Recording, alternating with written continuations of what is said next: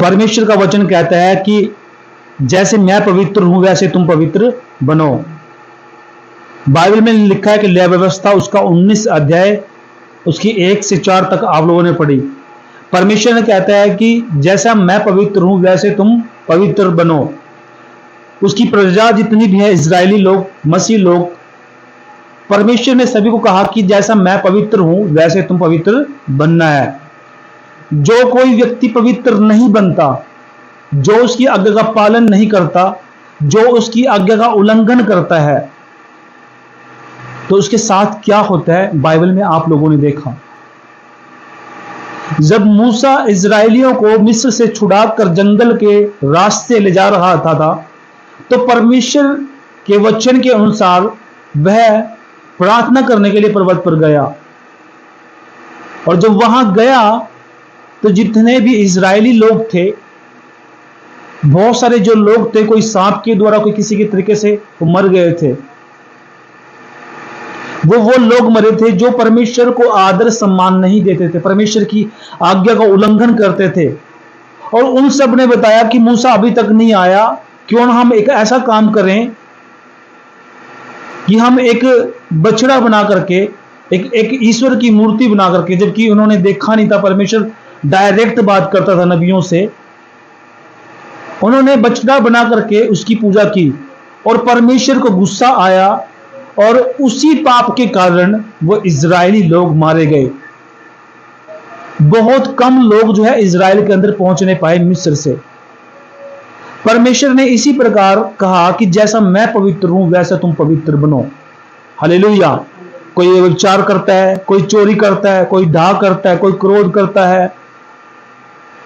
क्रोध का मतलब यह नहीं है कि कोई सच्चाई के लिए क्रोध करता है। हालेलुया। परमेश्वर का वचन यहां साफ साफ कहता है, अगर हम पढ़ते रोमियो की पुस्तकों में पढ़े तो वहां भी परमेश्वर कहता है कि जैसा मैं पवित्र हूं वैसा तुम पवित्र बनो। परमेश्वर बार बार ऐसा क्यों बोलता है कि पवित्र बनो? ऐसा क्या है पवित्रताई में? हालेलुया। अब बहुत से लोग क्या है, डरते हैं शैतान से। क्यों डरते हैं? क्योंकि पवित्र नहीं है। खोट है उनके मन में, उनके मन में पाप है, चाहे वे व्यभिचार का हो, चोरी का हो, ईर्ष्या का हो, डाह का हो, क्रोध का हो, झूठी गवाही का हो। इस कारण जब इंसान के मन में पाप होता है तभी इंसान को डर लगता है। हालेलुया। हमारा परमेश्वर यहोवा यीशु मसीह पवित्र है, वो किसी से नहीं डरता। वो इसलिए नहीं डरता क्योंकि वो इस दुनिया का बनाने वाला परमेश्वर है, वो इंसान नहीं है। उसको धन दौलत, परिवार, बच्चे, गाड़ी, बंगला, कार, जमीन जायदाद, किसी की कोई जरूरत नहीं है। हालेलुया। सब कुछ परमेश्वर ने बनाया और वो परमेश्वर हमें देता है। वो इसीलिए हमें देता है ताकि उनकी जरूरतें पूरी हों और वो उसकी इच्छा के अनुसार चल सकें। लेकिन कुछ लोग मैले मन से, पापी मन से परमेश्वर से प्रार्थना करते हैं अपनी जरूरतों के लिए। परमेश्वर उनकी दुआ नहीं सुनता। हालेलुया। परमेश्वर की दुआ नहीं सुनता, क्योंकि जब हम पाप करते रहेंगे और बिना पवित्रताई के हम परमेश्वर से प्रार्थना करेंगे अपने स्वार्थ के लिए, जिसमें कोई आपको जरूरत नहीं है। ध्यान से देखें इधर, ऐसे लोगों को परमेश्वर बिल्कुल भी पसंद नहीं करता है। ऐसे लोग परमेश्वर के घर से वंचित रहते हैं, परमेश्वर की आशीष से वंचित रहते हैं, जो केवल अपने बारे में सोचते हैं। बस मेरे को सब जरूरत चाहिए, ना भाई को चाहिए, ना बहन को चाहिए, माता को, माँ डैडी को, कुछ किसी को कुछ नहीं चाहिए। उसे कोई मतबल नहीं है, खुद से मतबल, चाहे वो स्त्री हो चाहे वो पुरुष हो। परमेश्वर बार बार कहता है कि जैसा मैं पवित्र हूं वैसे तुम पवित्र बनो। और स्वर्ग में भी वही लोग जाएंगे जो परमेश्वर की आज्ञा का पालन करते हैं, जो पवित्र जीवन व्यतीत करते हैं। आपके जीवन में हो सकता है बहुत सारी जरूरतें हो। आपके बच्चे की आशीष चाहिए, आपको गाड़ी चाहिए, आपको जमीन चाहिए रहने के लिए, आपके पास घर नहीं है, घर चाहिए, किसी के पास कपड़े नहीं है पहनने के लिए, कपड़े चाहिए, किसी के पास शूज नहीं है, शूज चाहिए, किसी को बहू चाहिए, किसी को जमाई चाहिए। सबको अलग अलग तरीके से जरूरतें हैं। परमेश्वर हमारी जरूरतों को जानता है, वो मांगने से पहले हमारी जरूरतों को जानता है। लेकिन जब हम परमेश्वर की नजरों में, उसके कलाम में फिट बैठते हैं या उसकी बातों को मानते हैं, हालेलुया। इधर देखिए, ध्यान से ऊपर देखें। परमेश्वर इसीलिए आप लोगों को बार बार पवित्र कहने के लिए कहता है कि जो कोई व्यक्ति पाप करता है वो पाप का गुलाम है, और पाप परमेश्वर के अधीन नहीं आ सकता, परमेश्वर से संगति नहीं कर सकता। मैं बार बार कह रहा हूं, इधर ध्यान दीजिए, हालेलुया। जो कोई पाप करता है वो परमेश्वर के घर में नहीं जा सकता, हालेलुया। इसीलिए परमेश्वर बार बार हमें पवित्र कहने के लिए कहता है। हमारा जो आचरण है, परमेश्वर का नियम है कि जब परमेश्वर पवित्र है तो उसके नियम के अनुसार हमें भी पवित्र होना चाहिए। हम पाप करें, रात को हम जाते हैं कहीं, हम डर जाते हैं, नहीं मैं अकेला नहीं जाऊंगा, आप मेरे साथ जाओ। ये क्या है? इसका मतलब कहीं ना कहीं तेरे अंदर पाप है, कहीं ना कहीं तेरे अंदर डर है।